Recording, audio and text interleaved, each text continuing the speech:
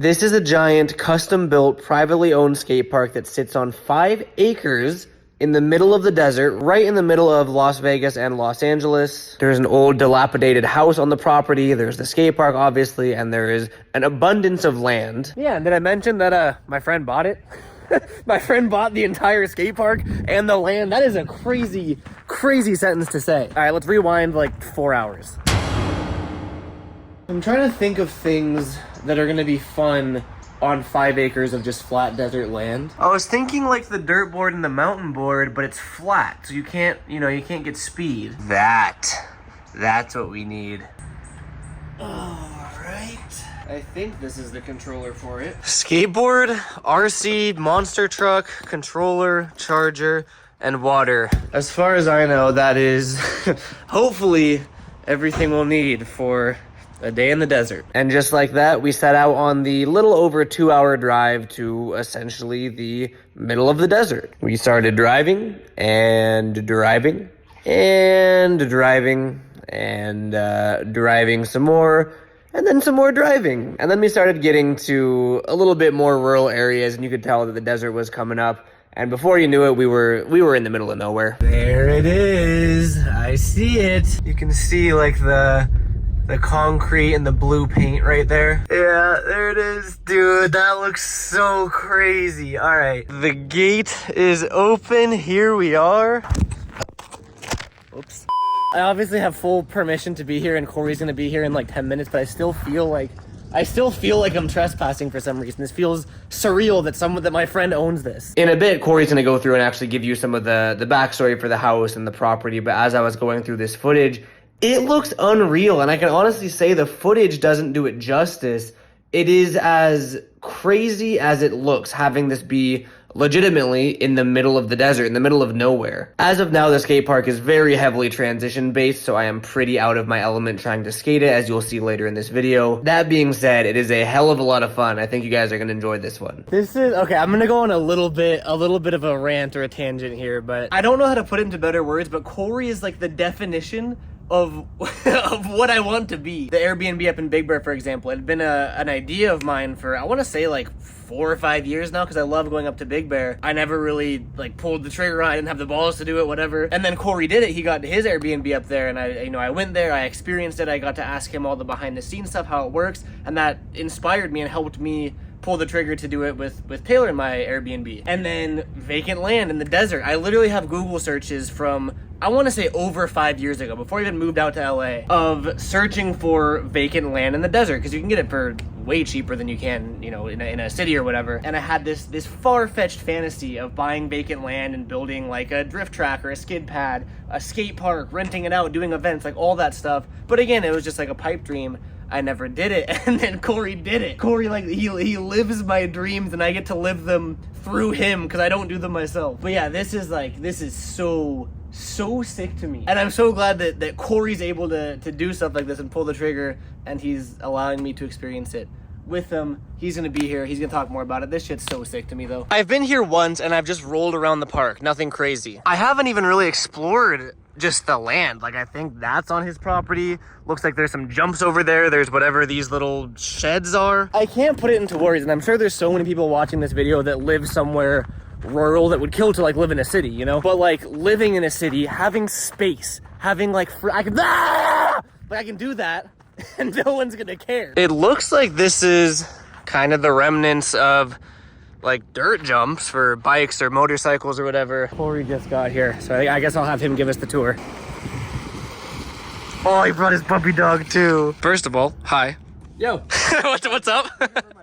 Oh yeah, there he is. He's probably all hyped on just open acreage, huh? Yeah, he loves it. I did a quick walk around, and then you pulled up. I was like, you can give a way better tour than I can. Yeah, so basically, this is called the Desert Skate Ranch. It's 5 acres. There is a house on it. The house is pretty jacked. Like, it kind of needs everything. Like, there was a fire in the garage, you know, no plumbing, no electricals hooked up. The house is gonna be like much later. And then obviously it has the skate park. So that pool is actually an original like 1950s pool. So like the pool's a real pool? It's a real pool. Okay. So yeah, it had this pool, and I guess like people that skate pools out in this region in the Mojave Valley like would come here and skate it. And like somebody was living here back in the day and was like always annoyed and kicking people out and just like pissed that like they had skaters here all the time. And then this guy Shane that I bought it off of, he ended up like hearing about it through the grapevine and was like, oh cool, like I'll just buy that place. It'll be a pool that like I invite people to skate. And he built this skate park. And so he hired Evergreen Skate Parks to build like sort of the first half, all the like humpy rolly stuff. And then I think like 6 to 9 months later, he had this other dude, Carlos Gallagher, who does a company called Rockfish, build the other part, which is closer to the house, which is like that weird wave thing, which made the cover of Thrasher magazine. Damn. And then that cradle, and then like some other little quarter pipes against the wall and stuff. So it's got this like full-blown skate park and 5 acres of land and a dilapidated house. And I was stupid enough to buy it all. Before you got here, I was telling them how I live my life vicariously through you, because I have these ideas that I never follow through with, like the Big Bear Airbnb. Yeah. I've looked at vacant desert land. I'm like, dude, that'd be so sick. But no, I can't do it. And then you do it. I'm like, I get to live it. I get to experience it. So I'm hyped you got this. Yeah, I'm man. excited for the future of it for sure. Yeah. You have the park, obviously. That's the biggest appeal as of now. But you also have 5 acres everywhere else. Yeah. What's your So plan there's for a that? grand vision. Okay. I'll send you some photos that you can throw in this video. The previous owner had these 2 cubes. Yeah, can we get a cube tour? Yeah. So yeah, he started these, and the idea was for them to be like little Airbnb-able like cabins. Okay. They're just 12 foot by 12 foot, and they're Oh, ramen? oh, there's some stuff in here. Gotcha. So the vision for these is just have them be little like bed Airbnb pods? Yeah, pretty much just like give them a roof, put some siding on the outside, you know, finish the walls with drywall, put like some laminate floor, put like a bed, a nightstand, like maybe just like a little heater AC. Right. Just have it be like a comfy like little room. But I want to move these actually over there because there's a pond that's here, which I'm very excited about. Does it have water in it? It doesn't, but it can. Because there's an aquifer underneath us and everybody's on the wells, you pretty much just drill a hole and suck out water. So this, at one point, was filled. And legend has it that when this house was built in the 50s, it was actually like a very nice house. It's a 1,600 square foot ranch style home with like a pool, and it had a pond. Legend has it Frank Sinatra would come here on his way like to and from Vegas for like wild coke-induced hooker nights. No way. But yeah, I want to dig this out a little bit more. I want to redo this little bridge, and we're gonna call this Tiki Island, and I want to build a tiki bar there. Dude, see? You're living my dream, bro. That's so sick. Pods. Yeah. I see there's remnants of some dirt jumps. Are you gonna revamp that and have a little dirt track, or what's your vision over there? We reached out to that dude, Justin, the Hollywood High moto dude, and we were like, hey, if we like let you stay here whenever you want, kind of give you like a VIP access card, and we rent all the equipment, will you like come here with some homies for like a weekend and like deck out like a track? Yeah. He said he's down. Sick. So yeah, we want to kind of retain like some sort of little moto BMX track vibe. Bathrooms and showers, which Okay. we're working on right now. And then in that corner over there, kind of where that like pile of trees is, we want to call that campland. So for that, I pretty much just want to like build like 10 by 10 platforms with like a little gazebo over it, and then have a fire pit and a picnic table. Okay. Much like a, you know, Like a campsite? A campsite. Thank you for the tour. Should we catch a quick sesh? Yeah, definitely. Let's get it. I don't have the most exhilarating skate footage for you for this video, mainly because I don't have the skill to skate transition and bowls like this place deserves to be skated, you know what I mean? But here's some footage of Corey just kind of flowing around and launching off that little hip. And the appeal to me was being able to push myself and kind of do things and try things that I wouldn't normally try, because I was way past my comfort zone just messing around and enjoying myself, because realistically, as cliche as it sounds, that's the purpose of this whole thing that we're doing.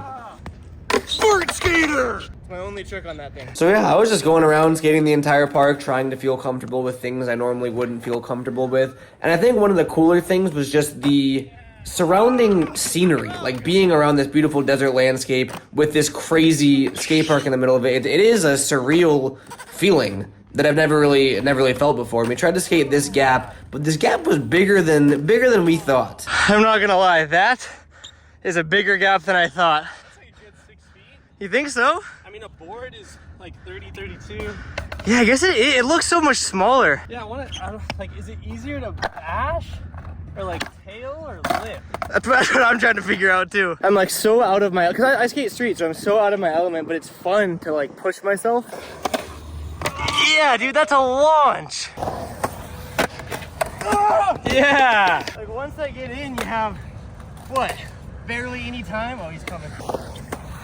Oh, that was it. Like, that's scary. Oh. I want to get nose blunt so bad. Oh, see, dude, going in so sketch. That's what I'm saying.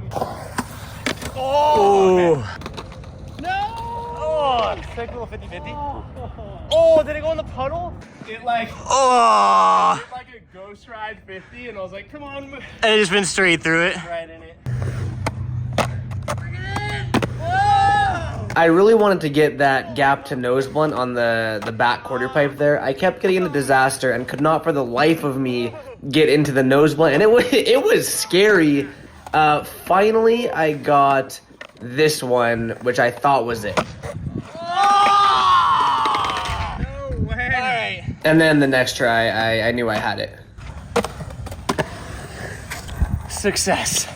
What does it do with my arms? Success. Then I wanted to get a quick little line for Instagram where I do this little 5-0 around the corner, come on in and do the nose blunt. But the problem that I was running into is that I couldn't do the nose blunt. And this is, I'm not kidding you, this was 2 hours of trying this line over and over and over and over again. And then this happened, which was just great. Still couldn't get to that nose blunt.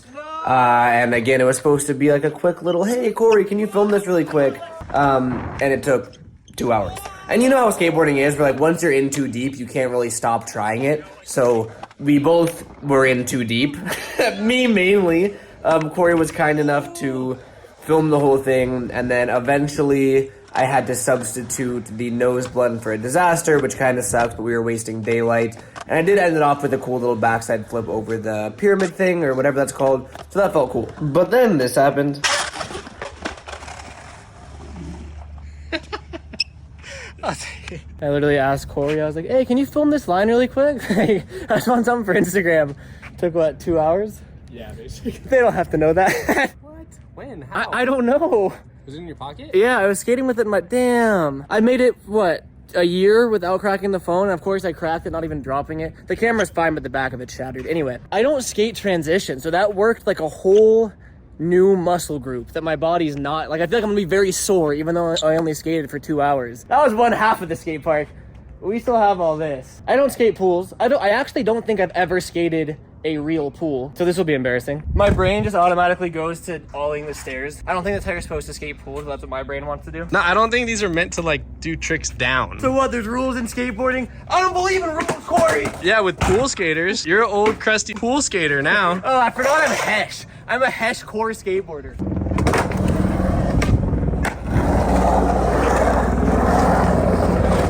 Ooh. I did it! Cause yeah, if I could get like a carve, tile, trick on the love seat could be sick. Yeah, just nose grind it.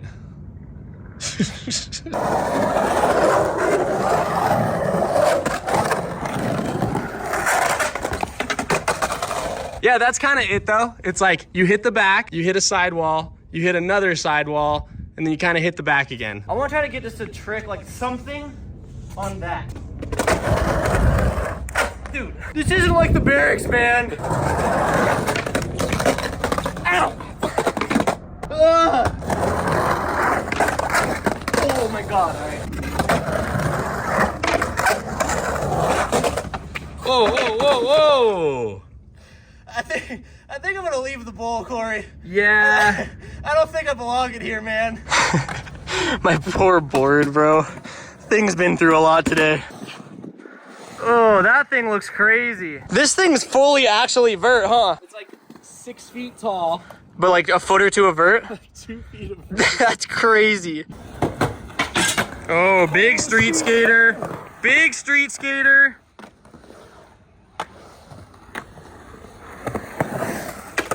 Oh! It rained yesterday. Might not be the best time to skate it, but... Oh, God. You good? I should learn how to ride my own skate park. Oh my God. I'm also a street skater. I'm just gonna use that skate. Yeah, right? That's the excuse. If that was an 8 stair. First try. Oh my God. Dude, I don't know. I'm just gonna do a switch rock. Rocco. Hi, buddy. Hello. Hello.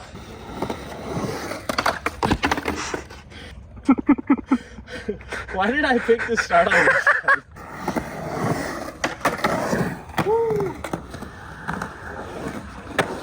Whoa! All right, I think the Carlos Gallagher section tour is over.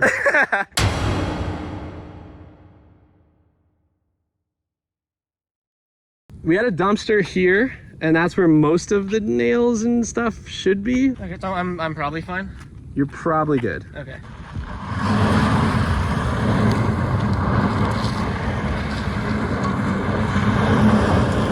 Rocco!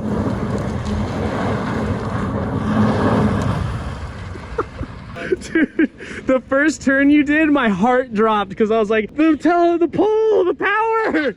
Knock out the power to the whole place? What'd you do? See, I don't think it's supposed to make that sound. I have a feeling that that's not good. If I had to guess, I'm gonna say that that's not good. You got a spare? No. I think that's where the meme comes in that says, well, if it isn't the consequences of your own actions. It's a lot of air coming out real fast. Huh. Well. Hey, how fast can Rocco run? Like, I'd say like 20 miles an hour.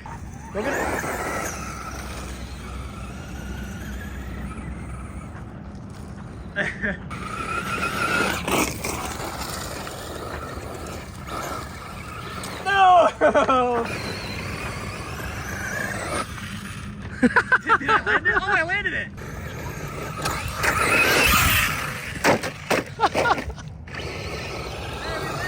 Hell yeah.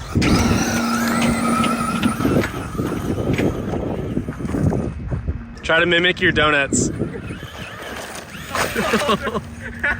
what I don't want to do.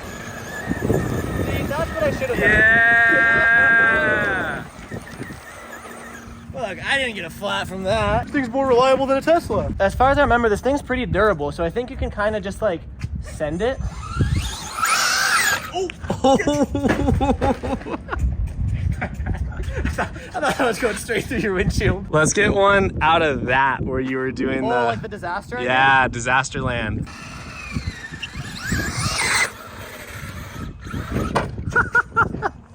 I think it's fine. I'm telling you, when I first got this thing, I was like babying it because I was like, dude, I don't want to break it, I don't want to damage something. And like over the years, I've started like tossing it off the mini ramp, and it's indestructible. Whoa! All right, ready? I'm doing the loop.